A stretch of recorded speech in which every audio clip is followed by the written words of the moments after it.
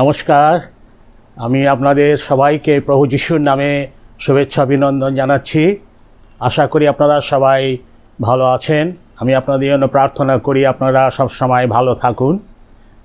আজকে আমি একটা বিষয় বলবো, সেটা হচ্ছে যে অনেকে আমার কাছে বলেছেন যে মৃত্যু সম্বন্ধে কিছু বলবেন, মৃত্যু সম্বন্ধে একটা ভিডিও করবেন। সেই জন্য আমি আজকে আপনাদেরকে আমাদের মৃত্যু সম্বন্ধে বাইবেল থেকে, আমাদের বাইবেলে যে কথা বলে সেই বিষয় থেকে আমি আপনাদের কিছু বলতে চাই। নিশ্চয়ই আপনারা উপকৃত হবেন। আমরা প্রথমেই যদি দেখি বাইবেলের যে শেষ পুস্তক অর্থাৎ প্রকাশিত বাক্য, সেখানে লেখা আছে প্রকাশিত বাক্য 1 অধ্যায় 18 পদে যিশু বলছেন, দেখো দেখো আমি মরিয়া ছিলাম, কিন্তু আমি যুগ পর্যায়ের যুগে যুগে জীবিত আছি।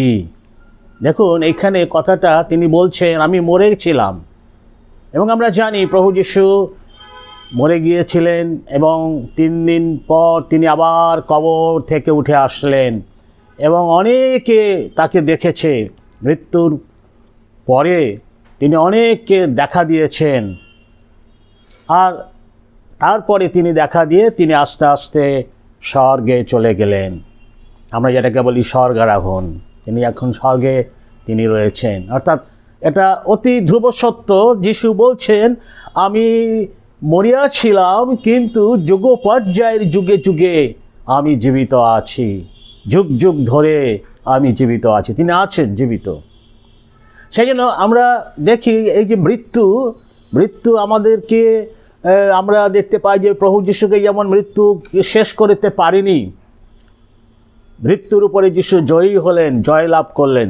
আর সেই জন্য বাইবেল বলে যে আমরাও মৃত্যুর উপরে জয় লাভ করব, আমরাও যিশুর মতো আমরা জীবিত হব। মৃত্যু আমাদের হবে, আমরা কবরস্থ হব, আমাদেরকে কবরস্থ করা হবে। আমাদের প্রিয়জন তারা বেরিয়াল গ্রাউন্ডে নিয়ে গিয়ে কবরে রেখে দেবেন, কিন্তু বাইবেল বলে আমরা কিন্তু উঠে আসবো সেখান থেকে। যেমন যিশু উঠেছেন, আমরাও সেখান থেকে উঠে আসবো। এটা অত্যন্ত আমাদের কাছে আনন্দদায়ক কথা যে মৃত্যু আমাদের শেষ করতে পারবে না। আমরা যদি প্রথম থিসসলুনিকীয় 4 অধ্যায় 16 পদে দেখি, তাহলে সেখানে দেখব যে লেখা আছে যে যারা খ্রিস্টে মরিয়া আছে তাহারা প্রথমেই উঠবে। বাইবেল বলছে যে যারা খ্রিস্টে মরিয়া আছে তারা প্রথমেই উঠবে, তারা উঠবে। এইটা হচ্ছে আমাদের বাইবেলের মূল কথা, মৃত্যুর মূল বিষয়। আমরা যদি দেখি সাধু পৌল, তিনি বলছেন আমার যদি মৃত্যু হয় তাহলে সেটা আমার লাভ। তার মানে তিনি বলতে চাইছেন যে আমরা যখন জীবিত আছি, আমাদের মধ্যে নানা প্রকার সংকট, ব্যথা, বেদনা, কষ্ট, দুঃখ, নানা প্রকার পরিস্থিতির মধ্যে আমরা চলি, কিন্তু যদি আমার মৃত্যু হয় তাহলে আমি কি করব? প্রভুর কাছে আমি চলে যাব, এবং আমার জন্য মুকুট রয়েছে। আমরা যদি দেখি 2 তিমথিও 4 অধ্যায় 8 পদে লেখা আছে যে আমি বিশ্বাস রক্ষা করেছি এবং আমি শেষ পর্যন্ত দৌড়িয়েছি, আমি প্রভুর আজ্ঞা অনুসারে চলেছি, এবং আমার জন্য সেই মুকুট তোলা রয়েছে।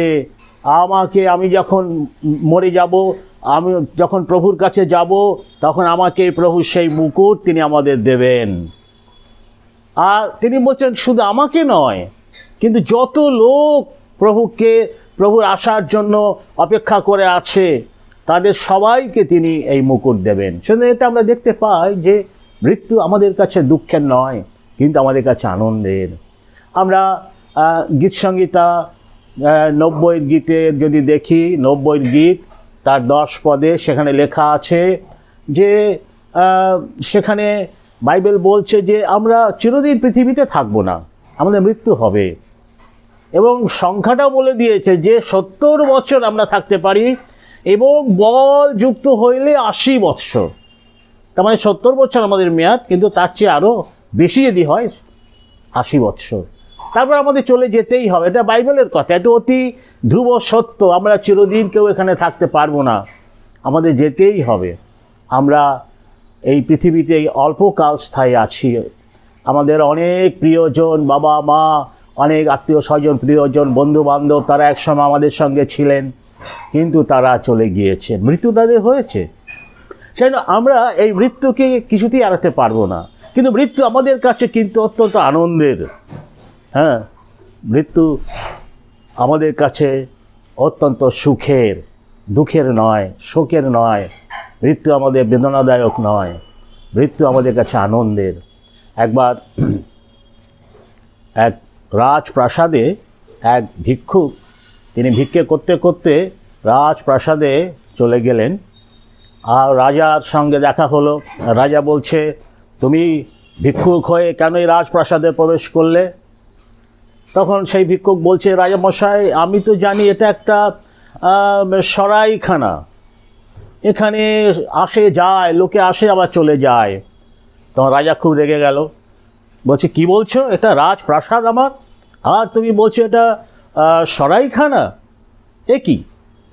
তখন সেই ভিখিরি বলছে, রাজামশাই, এই প্রাসাদ কবে তৈরি হয়েছে? বললো 200 বছর আগে। বলে, তখন এখানে এই প্রাসাদ কে তৈরি করেছেন? রাজা বলছেন, আমার ঠাকুরদাদার বাবা। যা, তিনি কোথায়? যা, তিনি মারা গেছেন। তারপরে এই প্রাসাদে কে ছিল? না, আমার বাবা। তা তিনি কোথায়? না, তিনি তো মারা গেছেন। আর আপনি এখন আছেন না, কিন্তু আপনিও তো চলে যাবেন, তাইলে এটা সরাইখানা বলবো না কি বলবো? এটা তো সরাইখানা, এখানে মানুষ আসে চলে যায়। তেমনি আমরা লক্ষ্য করি যে এই ভিখিরির কথাটার মধ্যে দিয়ে পৃথিবীটা আমাদের কাছে একটা সরাইখানা।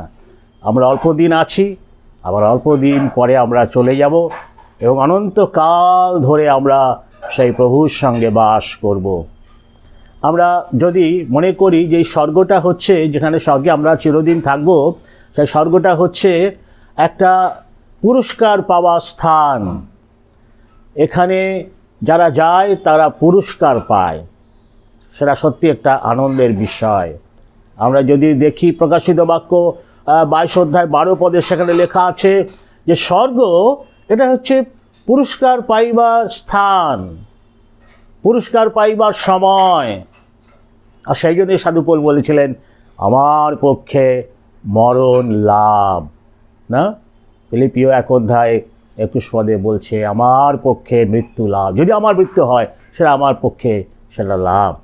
আমরা যদি সাধু যোহন লিখিত সুসমাচার 14 অধ্যায় 6 পদে দেখি, সেখানে যিশু বলছেন, তোমরা আমার সঙ্গে থাকবে, আমি তোমাদের জন্য স্থান প্রস্তুত করেছি, আর সেইখানে আমি যেখানে থাকবো তোমরা সেখানে থাকবে।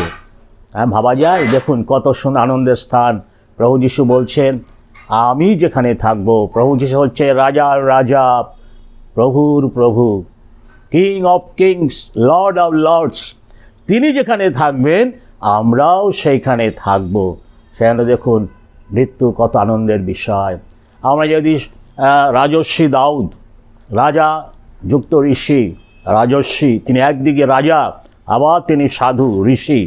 তিনি বলছেন যে তার গীত যখন লিখছেন, তিনি 23 অধ্যায় 6 পদে তিনি লিখছেন, কেবল মঙ্গলোদয় আমার জীবনের সমুদয় দিন আমার অনুচর হইবে, আর আমি সদাপ্রভু গৃহে চিরদিন বাস করব।